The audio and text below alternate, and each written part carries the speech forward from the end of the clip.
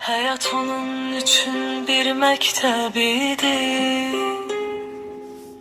Deniz teki derinden derin, daşlı kesekli yollarını özelleriyle hamarlayardı. Yorulmak bilmezdi benim anam.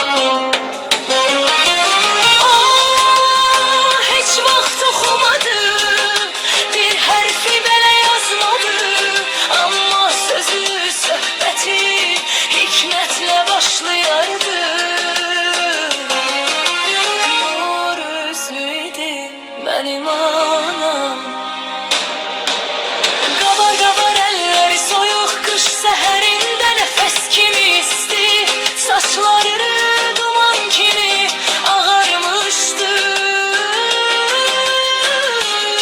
Tanrının nuruna boyanmış bir ömür idi mənim anam.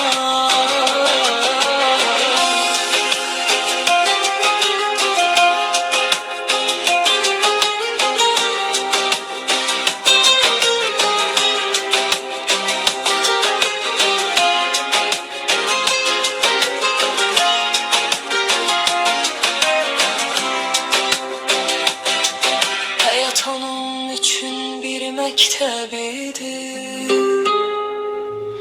Deniz teki derinden derin, daşlı kesekli yollarını özelleriyle hamarlayardı. Yorulmak bilmezdi benim anam. Hiç vaxt oxumadı, bir hərfi belə yazmadı. Amma sözü, söhbəti hikmətlə başlayardı.